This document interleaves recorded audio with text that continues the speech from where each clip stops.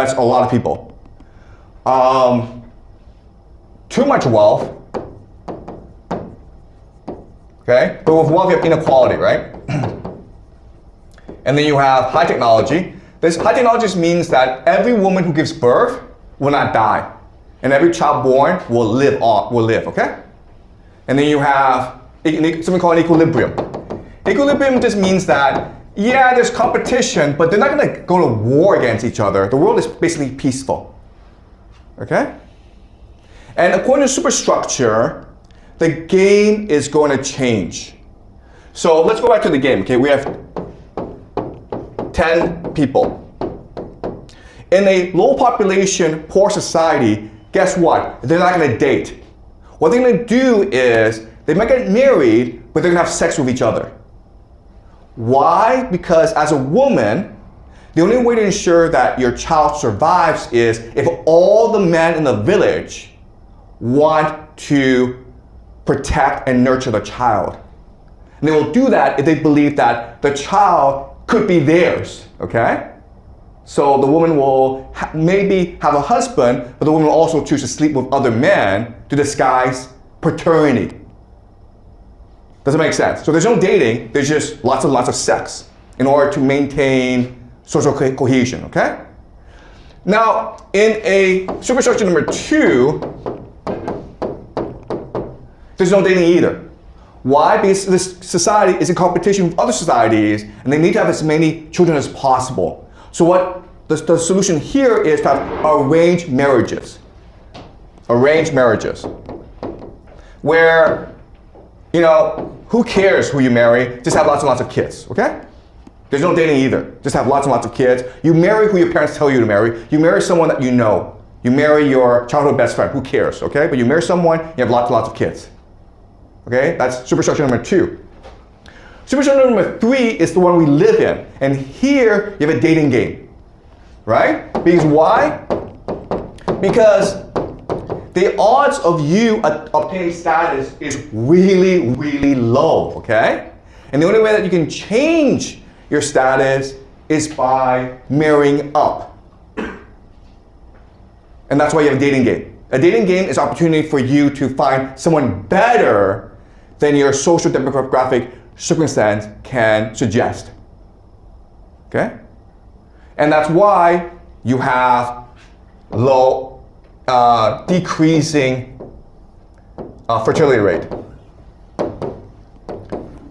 Okay? Where over time, because of the dating game,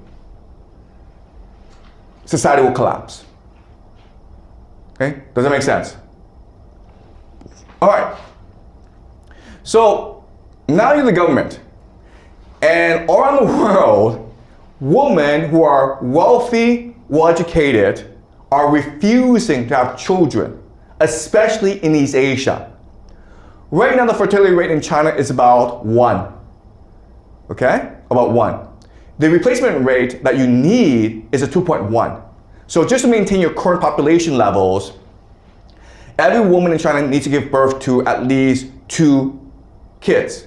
But right now, on average, women are choosing to have 1 kid only in China. And the worst thing is that this trend is increasing. So 5 years ago, the fertility rate was maybe 1.7. Now it's 1. Okay, so the trend is very, very negative. Okay? So governments all around the world are trying to figure out what to do. How do you convince women to have more kids? And what we've discovered is it's impossible.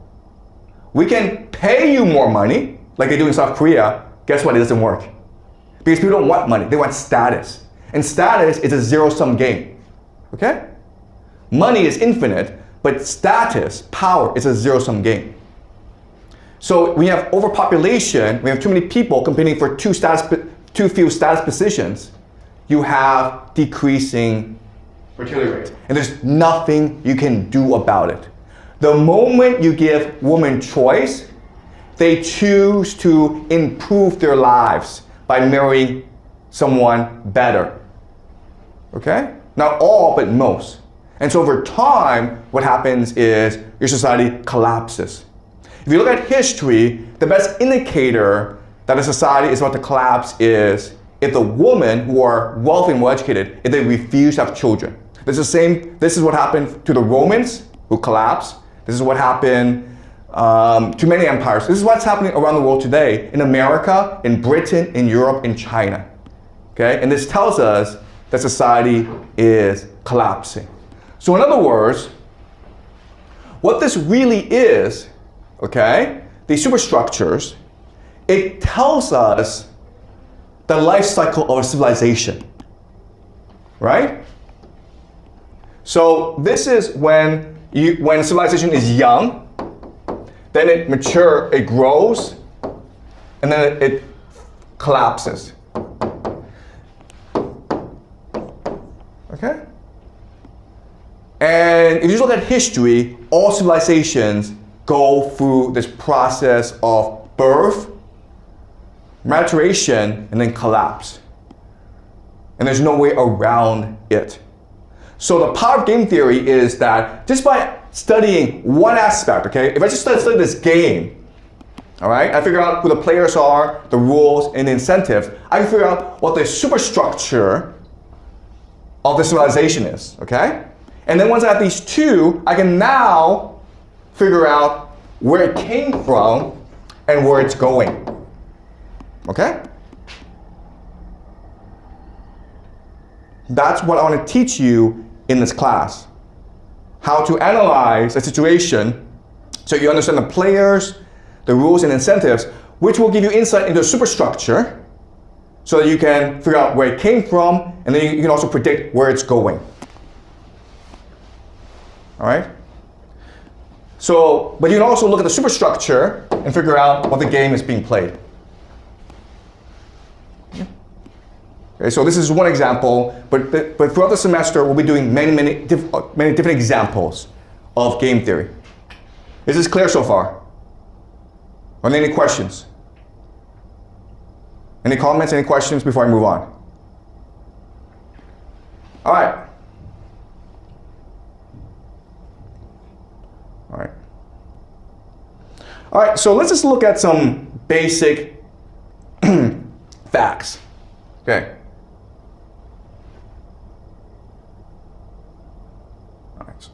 All right, this is a map of the world, okay?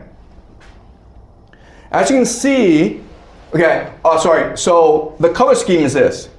The red is where the population, the society has an above replacement fertility rate, okay, so above 2.1. If it's dark red, like here in the middle of Africa, it's 6 to 7, or 6 above, okay? And why is it that the case? Because Africa is in a situation where it is a growing society with middling tech, so a lot of people die, lots of competition, so to survive, families have to give birth to a lot of kids, okay? They have no choice in the matter. But then you move to the rest of the world, okay? So this is North America, Europe, and East Asia, the 3 wealthiest parts of the world. And guess what? The fertility rate is collapsing because now we've entered the end game where it is overpopulation, too much wealth, so too much inequality. And so women are forced to pick the best possible mate or not have children at all. All right? And here the situation is very, very dire. North America and Europe are kind of okay. Why? Because of immigration. Because even though their women are not having children, they can choose to import people for their labor force. But East Asia is really, really screwed, guys, okay? So just look at this region. Okay, so China is 1, but the worst is South Korea. South Korea has the lowest population the lowest fertility rate in the world. They're at between 0.6 to 0.8. So they're probably gone in 50 years' time. It's so bad that when you go to South Korea, they have signs outside restaurants that says, no dogs and no kids. They think that kids are a problem. Okay? So you look at these areas, again, they are poorer, so women are forced to have more children in order to survive. Okay? But you look at wealthy areas, well, they're probably gone in 100 years' time. Okay? It's total collapse. The solution that governments are choosing right now is to import immigrants. Okay? So these are the trends right now. And it's causing a lot of disruption in society because, guess what, guys? People don't like outsiders. People don't like immigrants. But they don't have a choice in the matter because along with the fertility crisis is the aging crisis where your population is getting older and older. Okay? So the world is not that simple. If you want to know who will rule the world in 100 years' time, just figure out in which society do wealthy, well-educated women choose to have children, and then that society will rule the world. Okay? It's that simple, right? Well, unfortunately, if you do it that way, you get a really, really disturbing answer. Okay? So this is per capita GDP, okay? So how much people make. All right? So obviously, if you're 0, you're very poor, and if you move to over here, you're very wealthy. Okay, so the United States is the wealthiest society in the world, right? Sure, we can understand that. Then this is the fertility rate, which tells us how many children women have on average.